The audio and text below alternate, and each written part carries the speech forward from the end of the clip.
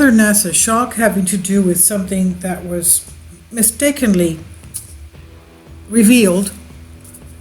A hidden room at Cape Canaveral exposed a secret space mission. We shouldn't be surprised. It's not the first time we've learned about secret space missions being carried out by astronauts while they're up there. This is on Express UK by Callum Hoare. NASA's secret space mission. It's been exposed after the discovery of a hidden room in the many tunnels and corners of Cape Canaveral. This is according to what a documentary reveals.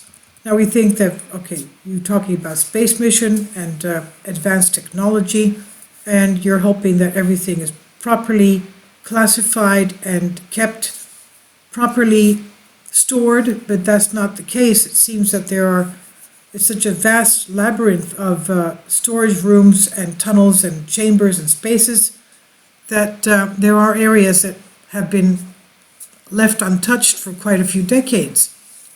The Manned Orbiting Laboratory, MOL for short, was a never-flown mission. It was part of the United States Air Force Human Spacecraft Spaceflight Program, MOL. Never took place. It was created in the 60s at the height of the Cold War as the US and Soviet Union battled for supremacy in space, both in arms and space. MOL would become a single-use laboratory, and it would replace satellite images, allowing onboard US astronauts to snap images of Soviet advancements. It was announced to the public December 10th, 1963, and it was disguised as an inhabited platform as part of the next step to land the first man on the moon type of thing. But the astronauts selected for the program were later told of their secret reconnaissance mission. Discovery Channel's NASA's Unexplained Files shows how NASA Special Agent Dan Oakland and Security Manager Henry Butler accidentally found and exposed the project in December 2004. They accidentally, while exploring a remote corner of the launch complex, found certain items at Cape Canaveral. The national security analyst Tom Nichols said in 2016, quote, "You might think that a NASA launch facility is perfectly organized, but there are miles and miles of corridors," he says. They finally found a way into this room, and it was a dark, empty place full of rats, you can imagine. But there was one box, this blue box that we see an image of. It contained 2 pristine condition spacesuits. They were similar to ones worn in the 60s, but they were blue, which was not used in the US space program. The US program has white. These were blue, as you can see, light blue. They're not from Mercury, they're not from Gemini, and definitely not from Apollo, and they only have 2 codes on them. 007, yes, James Bond 007, and the other one was 008. The narrator explained how the identity of one of the NASA spies was obtained. He said the suit's numbering also does not match with any known NASA program. Wow!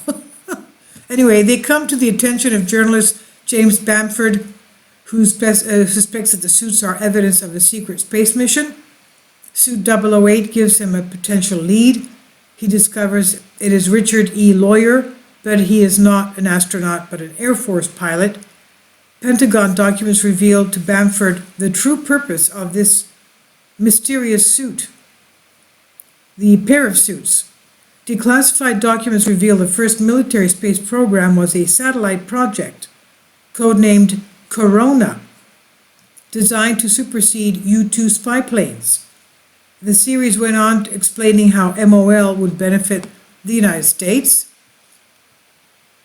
It added that the program used 144 satellites to spy on Americas, but despite initial success, Corona's limited camera technology means it's ultimately viewed as a failure because the camera wasn't good enough.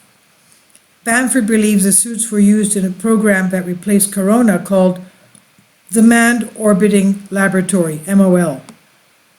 Like something from James Bond, MOL was orbiting craft to deploy spies in space.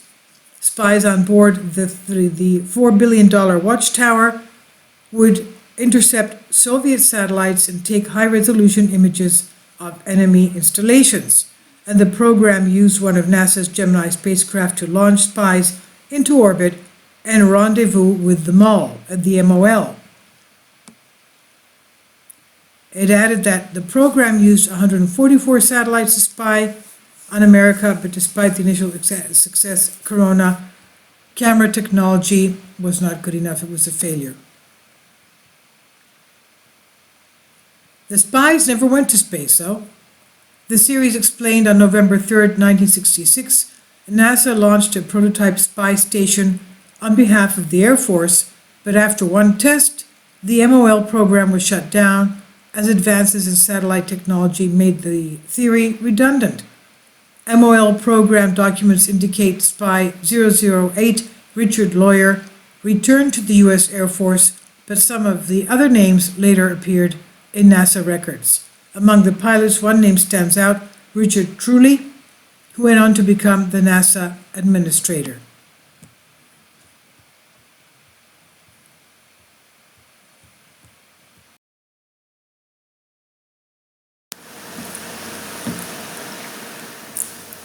If you'd like to join me on my Patreon account, you will hear content not covered by mainstream media.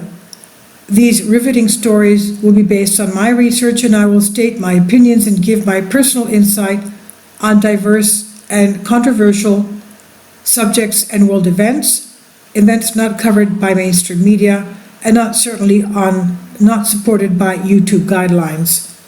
So whatever I have on my Patreon, most of those will not be on my YouTube channel. Please consider becoming a member today. More of the most significant and important videos will be on my Patreon channel. Your support helps me to continue my research and keeps this YouTube channel alive. And we depend on your support, your generous charity, because we help economically challenged families here in Athens, Greece, in Kapota, and we also help the young generation with university tuition and the community around our church. Thank you.